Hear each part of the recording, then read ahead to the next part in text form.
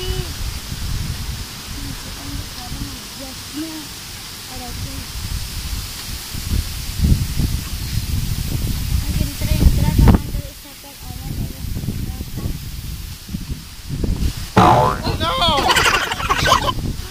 guys!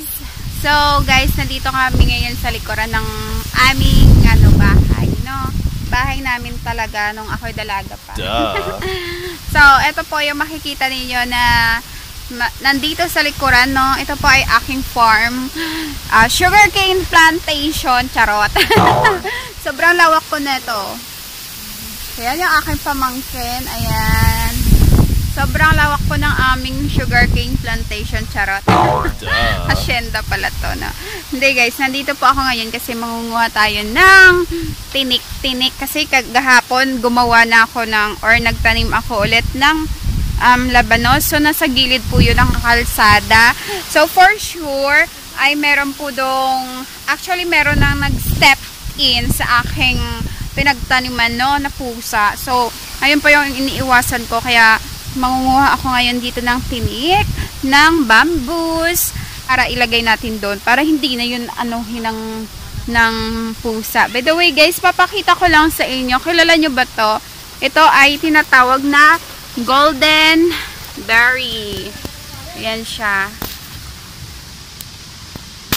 Ito ho.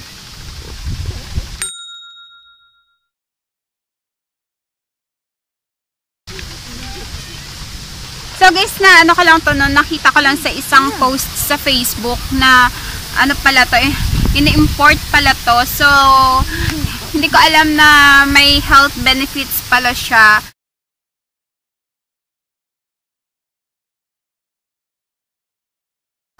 So parang lang kasi namin to katuwaan lang namin to nung kabataan namin kasi ang dami talaga niyang tumutubo dito sa sa mga tubuhan. So, hindi ko alam na imported pala yan. Or, pala siya. Merong benefits, no? Balak ko nga mag-tanim yan eh. By the way, guys, ito na. Mangunguha na tayo dito ng mga tinik-tinik, no?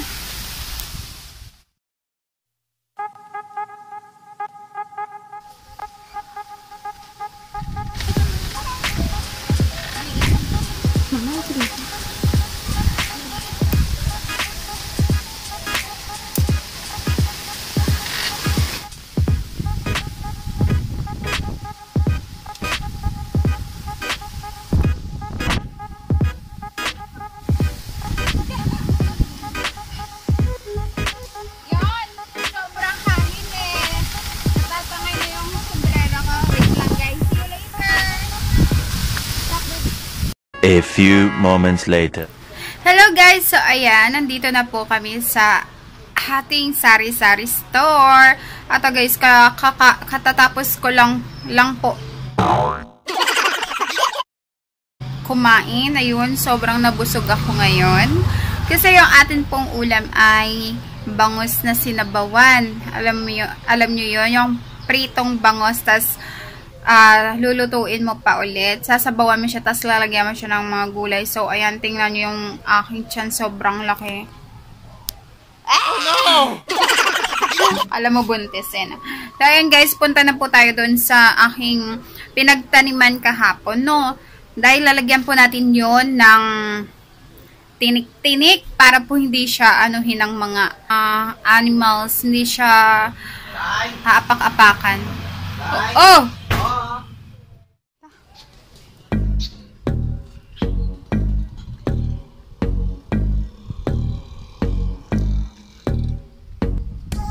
Okay, ito na yung ating ginawang garden kahapon.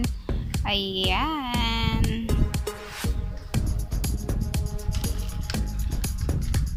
Ayan siya guys. So, tinakpan ko tong isa kasi parang nalalanta. Yan o.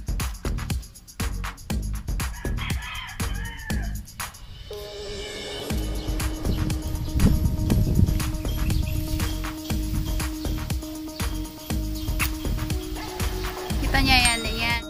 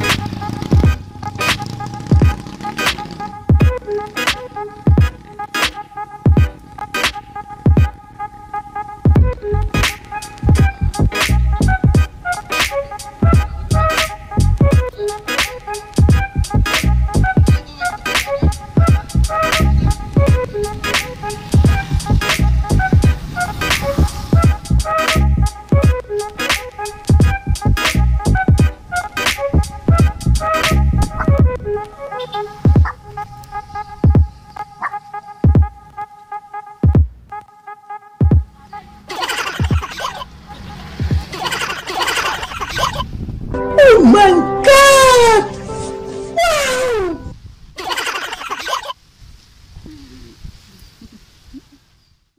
Okay guys, finally, tapos na tayo sa paglalagay po ng ating mga tinik-tinik sa ating garden para hindi po sila lapitin ng mga hayop kasi nandito po siya sa gilid ng kalsada. So, ayan. Kapag hindi po natin kasi nilagyan ng ganito, ay aanuhin po siya ng mga pusa at ng mga aso, no? Ayan, sisirain ng mga pusa at aso yan guys. Okay, so ayan na siya. Ang lakas ng tunog ng hangin doon banda guys, oh. Yan. Kasi meron po doon open space or yung tinatawag nating rice field. So, mas maano po yung mga hangin doon. Kaya naman guys, yung gagawin natin ay tatanggalin natin itong mga ito. Yan. Yung mga walang tanim na ganito. Kasi, aayusin natin, tataniman natin ng mga labanos. So guys, kumuha lang ako ng pliers. Paputol natin dun sa kanyang tali na alambre, no? So sana puputulin ko pero parang sayang yung alambre kasi magagamit pa natin. So tatanggalin na lang natin. Ganito guys, oh. Ayan. Madali lang naman tong tanggalin dahil meron naman tayong pliers. So ayan.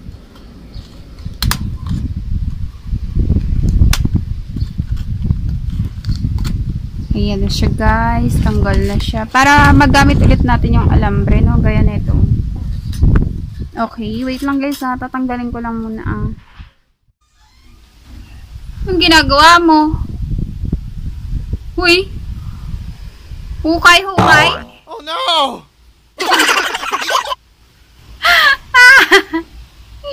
Ay!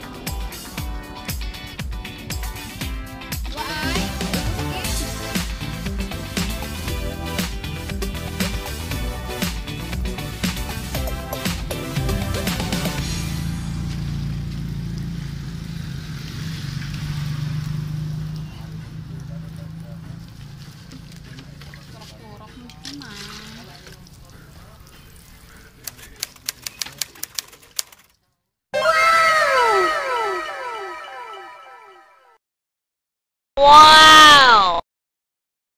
Oh my God! Wow! 갑자기 내게 나타나준 너. 난 아무 말도 할 수가 없었지. 첫눈에 반한다는 이야기가 널 보는